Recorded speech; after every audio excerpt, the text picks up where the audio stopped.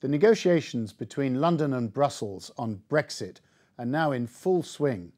But the big news is that Mrs May appears as though she's going to stay as Prime Minister, or at least that is the view of our political commentator Janan Ganesh. Why have you come to this conclusion, Janan? Just talking to Tory MPs, including ministers and backbenchers, the mood has changed over the past 2 weeks. Back then, just after the election that Mrs May mishandled and ultimately botched, losing her majority, it seemed inevitable that although Tories were talking a good game about remaining loyal to her, that they would let her see through some tough summer months and then dispatch her in the autumn, elect a new leader and let that leader proceed with Brexit.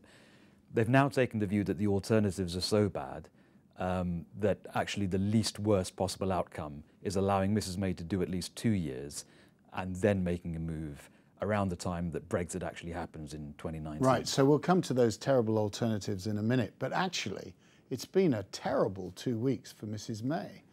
Yeah, I'll say it's been a terrible 1 week. So the week in which the Grenfell Tower fire in London occurred, and she was seen to have handled it in a way that wasn't as sensitive as she might have done. Well, she's not good at improvising, is she? No. The stage presence is lacking, and the she's, script. And she's not a natural emoter, and it was an event which called for someone like that. So she had a very bad week. I think the subsequent week or two has been okay, and she seems to have stabilised her position a little bit. Struck a deal with the DUP, the minority party, which is going to prop up her government. She's done that this week. Gone to Brussels as well. Yep, the formal commencement of the Brexit negotiations has happened. And so Tory MPs think, actually, do we want a summer in which you have a Tory leadership contest, the issue of Brexit and all the divisions that provokes within the party playing itself out, with no guarantee, actually, that if you had another general election in the autumn or next spring that the Tories would win. There's no guarantee of that at all. That's an incredible prospect, though, isn't it? That people saying that no guarantee that the Conservative Party couldn't beat Jeremy Corbyn, backbench, rebel, hard left. Extraordinary turnaround. But that's the logical conclusion to draw from June the 8th, when the general election was indecisive. The Tories had the better of the two parties' results, but it wasn't a particularly conclusive general election.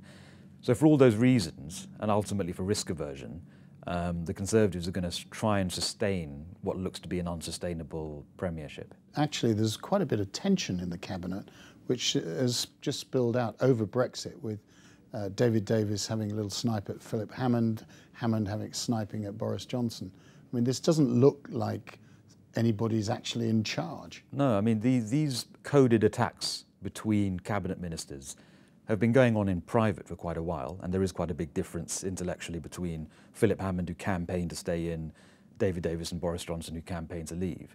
What's worryingly changed over the past few weeks is that these private disagreements have seeped out publicly, and that's a bad position to be in as a country that's just commencing the negotiations.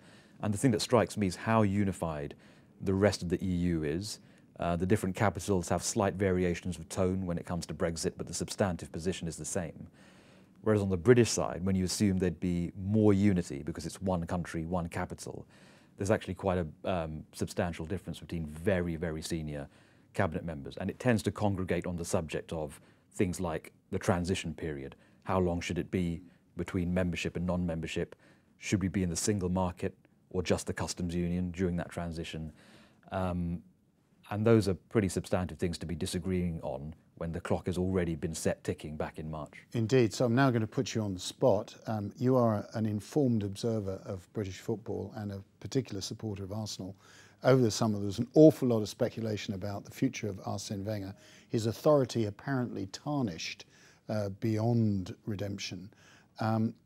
Is Mrs May a bit like Arsene Wenger, sort of in office but not in power? Well, Wenger signed a 2-year extension in the summer, which might turn out to be the exact period that Theresa May serves if Conservative MPs get their way. So spring of 2019, look for a change at the Emirates and a change at number 10. Janan Ganesh, thank you so much.